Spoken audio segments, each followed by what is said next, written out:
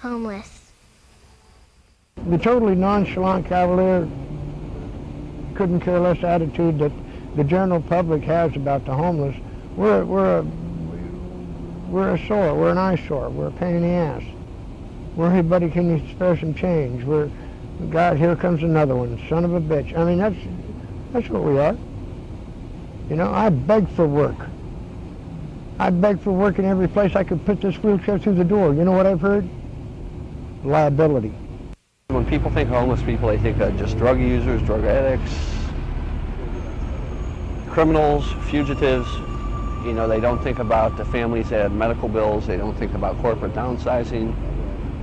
You know, there's a wide variety of issues that make people homeless. Because I'm a very nice, clean, friendly, polite, sober, homeless mother with two 11-year-old little girls that has been struggling very much for 5 years to try to get back into society and get back on my feet. Once you become homeless, it's like you have a disease. People don't want nothing to do with you. They don't want to deal with the situation. They don't want to see you make it back off the streets because they think that all it is drugs and alcohol, and it's not. It's life, it's reality. It's part of something. It can happen to anybody, and people don't think about that. He was one of those guys that likes to abuse children in more than one way. And I went through all that for 5 years. Maybe a bowl of cereal no bigger than this thing right there for once a day for all the 5 years. And I had to do things that hookers won't even do for no amount of money just so I could get that bowl of cereal. I did that for 5 years solid. I didn't know what a bathtub was. I didn't know what soap was or shampoo. Toothpaste and toothbrush were just another tool to me. I worked with the Staple Singers, The Emotions, Phyllis Hyman, Marvin Gaye. Hell, I worked with Mark Mothersbaugh from Devo. I worked with Danny Elfman, Boingo Boingo. July 27th, I found out I was HIV positive through my wife. And July 28th, she committed suicide. And I quit my job. I was a Miami police officer and decided that something needs to be done to protect our children. Half the people in the world don't give a shit. As long as they can throw a buck here or 100 here or a meal here or clothes there, they think, okay, I've done my good deed. I don't have to worry about them no more. I'm going to bed in my nice cozy house. Oh well. Hemophilia is when someone bruises or they cut, they don't have enough white platelets in their blood, and they have to go to the hospital. So she's had it for 5 years. When she was first diagnosed, I struggled for like 6 months whether I was going to leave her or not, you know. And I decided to stay. I wouldn't change it for anything in the world, even knowing today what I know now. You know, I have a beautiful son. So I sat on my knees and I tried forgiving him. I couldn't. I gave it about a year. I tried it again. Still couldn't. I gave it a few more months. I did it again. I was able to do it.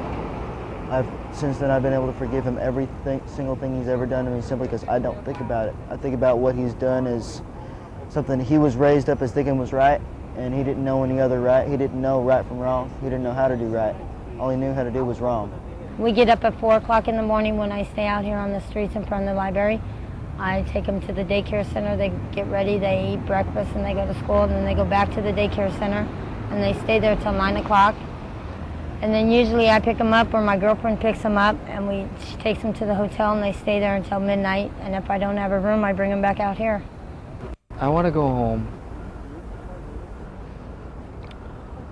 but they're not ready to see me unless they really see that I change. And they're on the honor roll this year too. Money isn't everything.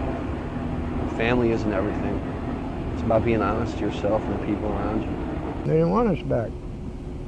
If you look in your history, you'll find out that they didn't spray the North Viet Cong with Agent Orange. They didn't spray the North Vietnamese regulars, the NBA, with Agent Orange. They didn't spray the Pathet Lao, the Khmer Rouge. They didn't spray nobody except American troops. They sprayed the hell out of American troops. Pick something and focus in on it. Pick something positive. I don't care, you know, because this is a beautiful world out here. It's a beautiful world out here. If you look for the beauty. You know, but it's scary. You know, am I going to see my kid go to prom? Am I going to see him get married? Everybody wants to tell me to get a job, but nobody wants to give me one. You know, they get a job. Well, give me a job. why don't you tell me, hey, let me wash your car for maybe $1, and then I'll work. No, you can't do that. See that right there? We're tearing that down. It was all dirty out there. I told the dude, you know what, man? I'll sweep all this up for $1. You know what he told me? I can't be liable for you. Now, they've acknowledged that I do have bone cancer. They've acknowledged that it's dioxin contamination, Agent Orange. You don't get that in Denver. You know,